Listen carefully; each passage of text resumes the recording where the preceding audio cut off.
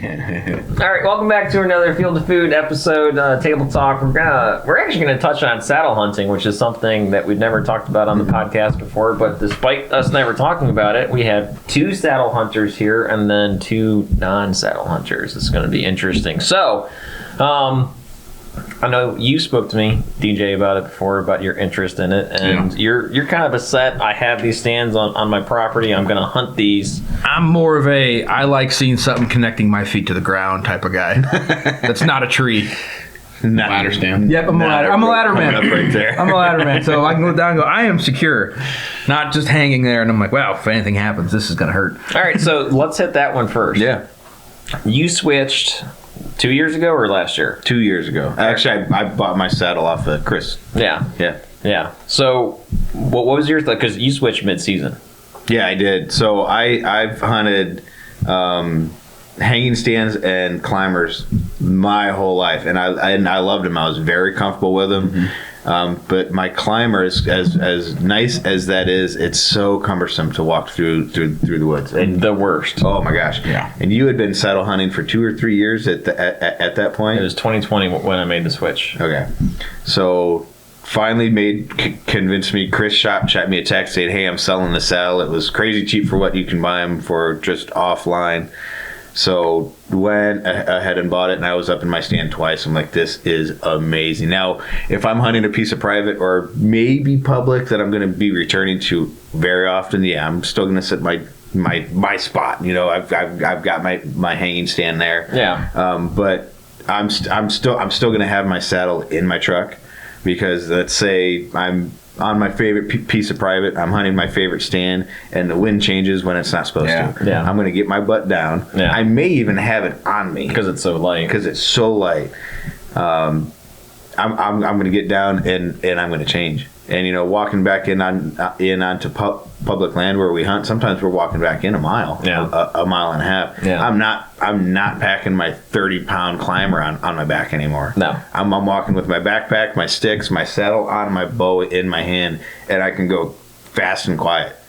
You can't do that with a climber on your back. You're snagging stuff. You're constantly stopping, and cables are sticking up 2 feet above your head. Your shoulders are killing you because your straps are digging in. I would much rather, whether it's public or private, in those days, go in July when you're going to get bit, sunburnt, and lose all your sweat. And put up a stand than have to pack in an actual climbing stand. Yeah. I had a buddy down from northern Michigan. He was helping me hanging stands at the property we used to have down in southeast Ohio, and I'm up in a tree, and it's just sad. It's 90 degrees. It's humid. We're getting bit. I'm sweating. He's down at the bottom tossing me up hooks and everything that I need, and I'm pouring sweat, and he finally looks up at me and goes, "Hey, you know it's raining out right now?" I'm like, "Sorry, man. I'm really hot up here. Toss me a beer." So that switch was really nice because of the convenience of it. I had a guy last year, I think, on TikTok reply back to one of our videos, and he said, "Well, I'm not going to set up every single time." Like, which I understand that, but it's 5 minutes longer, maybe. So, with the saddle, you're saying? Yeah. So I was hunting a spot on public down south last year. And the wind, when I got up in the tree, this was one of the best mornings that I've ever had in the deer woods, period. Every deer I saw that morning was a buck and a shooter buck. And they public? Yeah. Wow. It was wild. And then it's not even that's a nice public land buck. I mean, anywhere you go, you would want to shoot these deer. Yeah. And I had 3 deer come in, and then, like I said, the wind wasn't quite what it was supposed to be, but it wasn't hateful. Which I know where you were hunting. It's very hilly down there too, so it throws it off. That stuff will swirl. Thermals and these deer came in right where I wanted them to, but again, the wind wasn't right. And it's right before they would get out from behind this brush where I could shoot them, they grabbed my wind. It happened 3 times in a row. most times you're lucky to have 3 of those kinds of encounters at 10 yards in a whole season. Yeah. And it happened in one morning. So, Oh, man. it was wild. Send me that it was, pin for that. It was the Good luck. the day that everybody talks about being in the woods. They were prowling, they were rutting, they were You were scraping, in they the were right fighting. spot at the right time. It was amazing. So this is not happening again. I'm not letting this happen again. So Yeah. I'm in my saddle. The best spot that I can go is 25 yards straight across from me. From the time I started to pack up to the time I was set in that tree was 20 minutes, and I didn't make Wow. a sound doing it, and I was floating. Yeah. I mean, it's just how fast and easy it is to work with. Yeah, and you still saw deer afterwards. Yeah, I shot a buck that afternoon. Yeah. A really, really nice one. Yeah. Yeah, I did. I have the extremely lightweight. No, I would say extremely. I have the lightweight tree stands and the light sticks. I made that switch 2 years ago. I bought one that was kind of the beginners almost. It was still a little bit heavy, but it was still considered a mobile hunting setup, as they call them. Yeah. But it wasn't much lighter than my climber. It was still 20 pounds. Yeah. Now, do you guys set up saddles and like if you have a spot, will you just leave your sticks there? So I'll leave. I know some people that do that. Yeah, some guys do. If I know I'm going back to that same tree a couple of days in a row and it's on public, I'll leave my platform and I'll leave like my accessory strap. And on my way down, obviously you take your tether and everything like that with you. I'll peel the bottom stick off. So if anybody does try and mess with it, they're really gonna have to work for it. Yeah. So that way when They're I going to get have there, to have sticks on them, pretty much. That way when I get there, I can just strap that first stick on and up I go. Yeah. I did a move though last year when I was trying to shoot that buck. Same thing you did. I got in a spot. Wind was not doing what I thought it was going to do. It was kind of this valley, and it was just doing the complete opposite of what they were calling for. And I made a move, and dude, I'll bet you it took me an hour and 10 minutes. Really? Really? I believe that. I to mean, get down, and I was being extremely cautious and quiet, but yeah, and I didn't move far. I moved 50 yards maybe, but it was like an hour. Honestly, probably an hour and a half. yeah. So And that was with my older stand. I did buy 2 new ones this past year that were a little bit better. They're a little lighter. I think I'm at like probably 16-ish pounds, 15 to 16 for the stand, and then 4 sticks, Yeah. 4 mini That's not sticks. no, Yeah. that's really nice. The other one's really light. It was pretty expensive.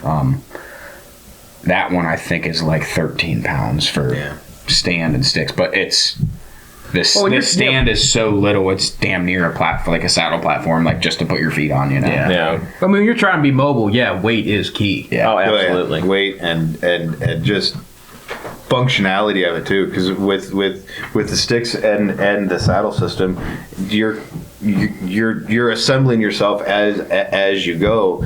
With the climbers, you're throwing that thing around. You're trying not to clank the metal, which is inevitably going to happen. Yeah. You're trying to get your feet in. You're trying to make sure that the bottom doesn't fall out from under you. And now you're Not- up a creek without a paddle. Yeah. And I try not to scrape the tree as you're going up. Yeah. Or slide down, which scares you every time. Yeah. One thing that I started doing last year, which I did this year too, is that when I go out and scout, whether it's a new piece or a change in a deer pattern on a piece that I have permission on for a history of time, I'll take my saddle in with me and then pick a tree and get up and know exactly how high I need to get for shots and camera angles. Yeah. That way, when you go in during the season, you know about where you need Yeah, to be. I am Right where you're I am going. not guessing in the dark. Yeah. Yeah. That's what always got me about climbers. I hunted with a climber for a couple years. It was like, man, in the dark, you're always sitting there like second guessing the angle of your climber in the dark. You're like, is that too much? That's true. Is that not I enough? hated that. We have Dude, that was all the been worst. like this Yep. or like that, and you're either living with it or You're just staring coming down at the ground in the dark with a flashlight. Oh, that was like, the worst. "Ah, is this the worst?" I can live with the slanted Yeah. top half, but the bottom half sucks. There's been a couple of times where I have played that sketchy card and I've disconnected the two from each other, and I've just muscled through it and Yeah. I've adjusted that bottom one. But I have too. shit can go Like sideways up in the air, real yeah, fast when up in you the do air, that. you're saying? Oh yeah. Yeah. Yep, I have too. You're hugging the tree with the leg and the arm at the same time, trying to work on Oh, the yeah, bolt that's you're not leaning way over. cooperating. Oh, I hated that. One of the first times I ever hunted with my climber was morning. And I did the thing. 'Cause they're like, is that enough? Like, yeah, it's got to be enough. I'm like, I'm going, I'm climbing. I'm like, okay, that feels kind of level. Mm-hmm. Waiting there, sitting. Light comes, like 8 foot off the ground. Crap, dude! This isn't gonna do it. So around, I'm like, man, this sounds like it's just kind of getting to that gray light. I'm like, man, everything looks kind of. Oh man! Here we go. So I swore I climbed 40 feet up that tree in the dark. I always make sure to have my bowstring 20 feet because that's about where I like to be. And as I'm climbing in the dark, as soon as I can feel that weight on my climb, I'm like, all right, my top is 20 feet. Yeah. Give or take.